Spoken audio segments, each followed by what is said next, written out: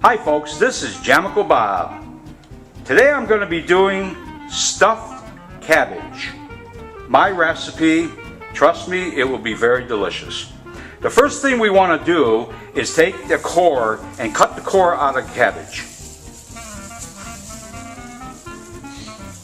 Don't cut your fingers. Be very careful. Now, you can see the center of it, all that core is out. That's what you want because when you get it into the steamer, it'll release those leaves very nice. Okay, now that we got our cabbage into the steamer, we're going to do our mix on the beef. What I'm using is ground beef chuck. And it's 80/20, meaning there's 80% beef and 20% fat. And that's the way you want it because you want all the moisture and juices to come out of it. Okay, this will be very simple to do. The first thing Carol's going to do is add in some rice. I got about a cup of rice. You know, put that there. Okay, next thing she's going to add is garlic. About 2 teaspoons of garlic. And there again, you can adjust whatever you like. Okay, next one she's going to do is put in an egg. The reason you want to use an egg is to bind everything together real nice after your mix so nothing falls apart. Plus it gives a good flavor. Okay, now we're going to add some onion, and that's about a cup of onion diced up, or a medium, half of a medium onion. Okay, the next thing we're going to do is add in my bold burger spice. It's we're putting into meat, so we want the bold burger spice.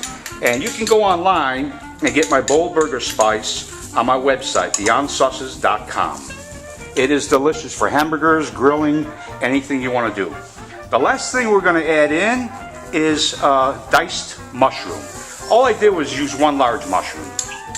And that's it. Very good, thank you. Okay, now Carol's going to go ahead and mix all that in real good. Mixing it real nice. You don't have to spend a lot of time. You can do this real quick. Fold it in. Blend it all in. You want all those spices to work real nice in there. Now, I'm not adding any pepper or salt because there's plenty of that already in my bold burger spice. So when you use that type of spice, you don't have to. Okay, that looks pretty good.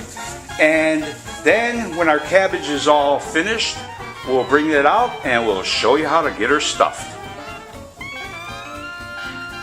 Okay, we got the cabbage all nice and steamed. And I want to tell you something, when you're steaming vegetables, especially cabbage, be very careful because steam is hot.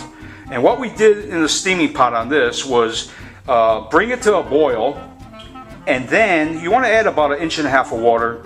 Put core down, bring it to a boil, and then set it back to simmer for about 20 minutes so it's you can work with it. After you're all finished, put it in a strainer or something to let it set for a few minutes so that, you know, it cools off a little bit, and when you're working with it, you don't burn yourself. Be very careful with that.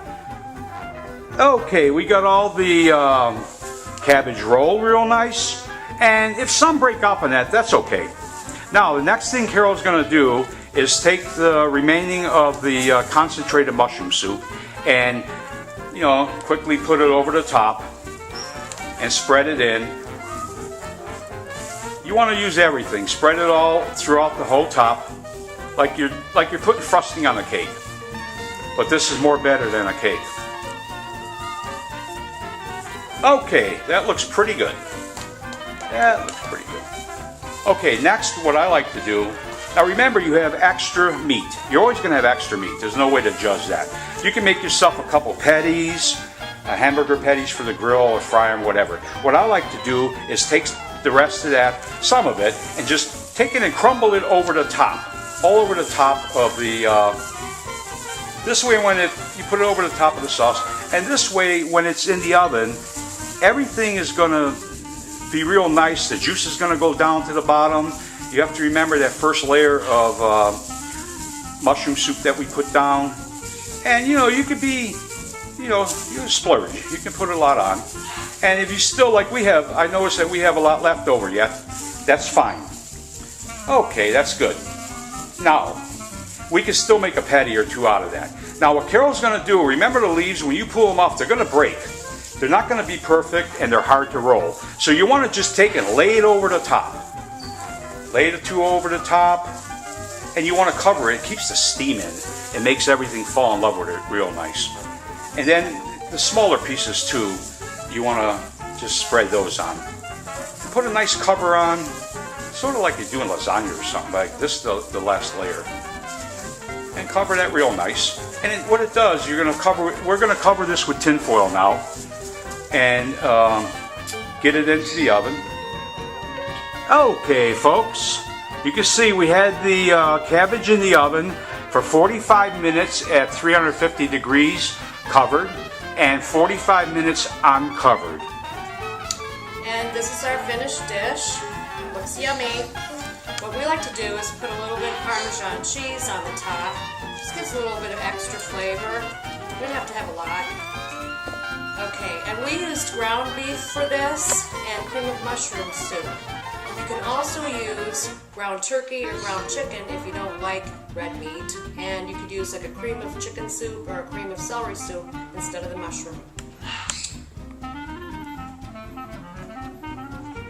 And we put it in the cake pan because if you want to take it with you somewhere, it's easy to just put the cover on it and you're good to go. Or you can store it in the refrigerator with the top on it, and it keeps it nice and fresh. Okay, thank you very much. And remember, visit BeyondSauces.com. I have all types of sauces, dry rubs, hot sauces, anything you want for any meal you're making. I also make 32 flavors of beef jerky. I make it to order. It's not promoted on my site, but if you want a list of what I have, go to Jamico Bob's Gifts at AOL.com, and I will send you a list of my 32 flavors of bodacious beef jerky. Thank you very much. Enjoy your meal.